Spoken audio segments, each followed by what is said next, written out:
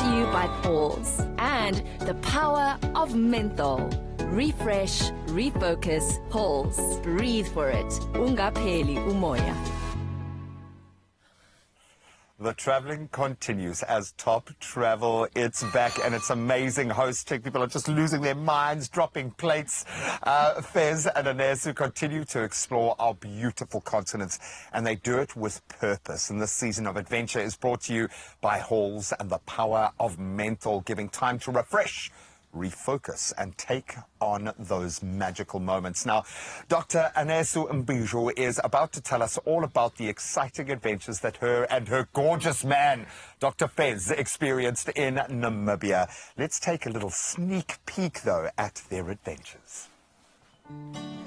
Wow, I'm speechless. This is probably one of the most surreal, serene tracks as we move through a river. Africa, gotta love it. Wow. I have never been this close to a hippo before. They are huge, and that mouth, I would not want to get stuck in those jaws. That's Top Travel this Saturday evening at 8:30. Repeat Sunday at 1 p.m. on S3. That is incredible. I wish you could take us in your hand luggage and we can just tag along to all of these incredible adventures that you and Fez get to go on. Tell me, looking at that moment, does it take you back in time? Do you wish you can be back on the river? Yeah, I mean, one of the special things for me for Top Travel is being able to go on these adventures and then coming back home and watching it with family. It's almost like you get to live that moment more than once, and sharing it with our loved ones has just been the best thing.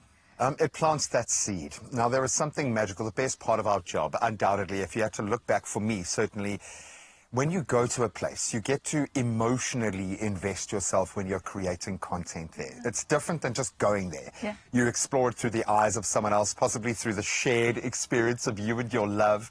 Why is that so important, to go out there and experience, but then propagate that idea, inspire others to connect with the world around them? I think traveling just opens your mindset to so many things. I mean, often we think that there are these imaginary differences that we have with people who live in a different place.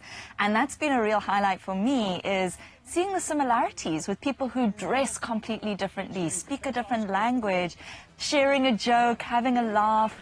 It's those moments that really remind you why travel is so important for us. Did you just throw Fez off a bridge there? It looked like you pushed him off. You look like Pocahontas, just winging through the greenery. What I love the most is the sustained scream from the top, all the way down, a little bit back up again, and then all the way down. It is a feeling of falling that I'm absolutely petrified of. But we saw earlier that you were on the riverboat, and being on that boat, what type of perspective did that give you while you were there and you got to watch the world from that angle? I mean, we were on this basically private villa houseboat, and you're in the middle of the wild. This part of Namibia was very different to where we were in the first episode, which was desert. Yeah, I was going to say, you think sand. Yeah, super dry. Yeah. This was a lot of water features, and you're right in the middle of it. So we could hear hippos throughout the night. Definitely think, shame, somebody or something got killed out there while we were there. Some screeches as well. Oh, wow. So you feel like you're in the wild. Things are hunting out there. I'm going to ask a very blunt question now. That riverboat, does it move, or is it stationary and the dinghy takes you to the boat? No, I need to know. Does that boat move, or is it... So you have to take a game drive vehicle, stop at the edge of the river, have a little dinghy take you to the houseboat, and then you're there. So the houseboat stays in one place. Stays where it is. Okay. Oh, but that look at that setting. Incredible. I mean, that would take a lot of kind of bucket list moments, I think, for a lot of people. There's that one moment, often in a trip like this, that signifies the whole experience. Was there a moment like that in Namibia for you guys? Yeah, so we decided to go fishing. We were surrounded by water, and you can kind of see the fish jumping. So you think it's going to be really, really easy. I'm not going to spoil it. We did our best. Okay. We did end up catching something. But that was the most epic thing, was being on the water, the sun was setting. it was just one of those moments I'll never forget. Oh. And hippos are dangerous, I'm just saying. Yeah, Hippos are scary, okay? What are you hoping viewers would be most excited about this episode and perhaps appreciate of that area? Yeah, so we did a little bit of a cultural experience in Namibia as well. And they're our neighbors. So you'd think that a lot of our cultures and the ways that we do things, our heritage is the same. But this cultural immersion was so different. We had so much fun, got to know the music. Faiz loves a dance moment. Oh, so, sure, yeah. of course, he enjoyed that. The buttons were down, the dance moves were Falling backwards. No. Yeah, you see, that's why I said, no harnesses in studio today, please. I've got a little bit of a trigger when it comes to harnesses. Oh, no, we're still organising. We're trying to. If it wasn't a public holiday, you would be swinging across our scaffolding here. Have you been able to put your finger on what that cultural hook is? You know, we love describing ourselves in a sentence in South Africa, and you know South Africa when you meet a South African.